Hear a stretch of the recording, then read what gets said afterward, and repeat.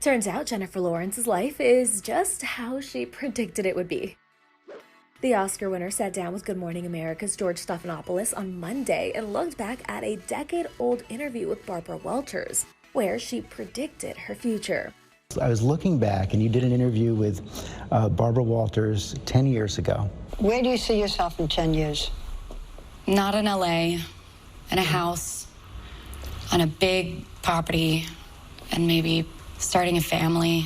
Everything's calm. Everything's I have calm. a minivan. You started a family. I have a Volvo. Close. But it's not a minivan, yeah. JLaw's prediction was spot on. At 32, she is now married to Cooke Maroney, and the pair welcomed a son named Cy in 2022. When asked what she's looking forward to next, the Hunger Games star has one thing in mind. And what do you hope you're going to be doing next? There is no next. There's just, once you start your family, it's the greatest thing in the world. I'm just gonna try to take in every second and be present and enjoy it. Although she is busy spending time with her family, the X-Men alum returned to the big screen to make her comedic debut in No Hard Feelings. While chatting with George, she admitted she originally had no plans to get back to work so quickly. Well, I read it. I wasn't ready to work. I wasn't planning on working for a long time. You just had a baby. I had just had a baby, so I definitely wasn't planning on working, and I read the script, and it was just too funny. It was the funniest thing I had ever read. And turns out Jennifer has some things in common with her quirky character in the film. When Access Hollywood spoke to her earlier this month, she revealed her role was written for her and admitted she can relate to the helicopter parents in the film. Well, the premise is just very funny in itself and just so wild and out there. People are going to be very entertained. Jennifer, I'm curious to know, what aspects of yourself did you infuse into Maddie? Who's more unfiltered, like you or Maddie? I think Maddie is more everything, or I would hope. I don't, the character was written for me. Gene and I have been friends for years, and so he wrote it with me in mind, with my kind of voice in mind. So there are some similarities. She's a determined gal. She's fun-loving. I hope I have better judgment. Is she a big fan of reality TV, like somebody we know? No, I imagine she's somebody who doesn't even have cable. Wow. She's not watching Vanderpump Scandal right now? God, I'm only recently caught up, and wow, that was hard. That was hard to watch. I feel like all of us are just, we need to know what the truth is here. Of what? I mean, I think we know everything. It keeps coming out, all these twists and turns. Really? I know enough. I can't. I was sick to my stomach last night. I can't do it anymore. There's a lot of talk of helicopter parents in this film. Is it hard to resist when you have little kids just becoming a little bit of a helicopter parent? Probably. I want a helicopter parent, your child. I love him so much.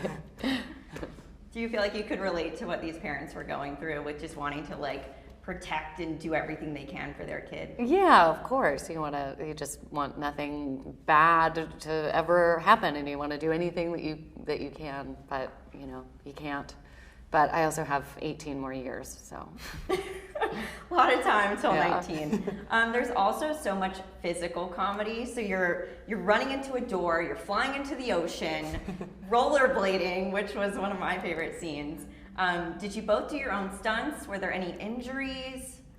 No. We did our own stunts for the most part. There was one stunt that involved the car that I couldn't do. A lot of the car stuff was part stunt, part us. I was never I probably rode on the car naked for 3 feet of the car as opposed to actually on the road almost getting hit by a train. And my favorite memory from that was while we were shooting that scene, I was helping him buy furniture for his apartment, and so he was nude. And in between, we were just on Etsy. What kind of mattress should I get? Yeah, that's right. It was also just a days of us hanging out, and then it would be okay, we're rolling, and I'd be all right, I need my phone. Name dropping trauma, yeah. Yeah, I always imagine what's actually going on when crazy scenes like that are being shot. Andrew, I'm curious to know, Jennifer Lawrence is amazing. What was your first impression of her? I think I was so ready to be so frightened and intimidated and wordless, but in fact she left so much room for me to be comfortable in myself, and she was just instantly pulling me in and wanting to get to know me, and like that is exactly the way to my heart, is like, let's tell each other everything about ourselves, and we became pretty. Who is this? Hey, you are very mature. He's talking a lot. Awesome. Who is it? I'm glad he's coming out of his shell. I mean, the whole movie is you really growing out of your shell, and here you are. So it's amazing to see that. Jennifer, what's next for you? This was such a fun role. Do you have a dream role still that you would love to do? No, I don't know if I have a dream role, because I never in a million years could have imagined playing a girl who gets hired to bring a young man out of his shell. So I don't know. I'm just gonna focus on this one and then take a little break and see what happens.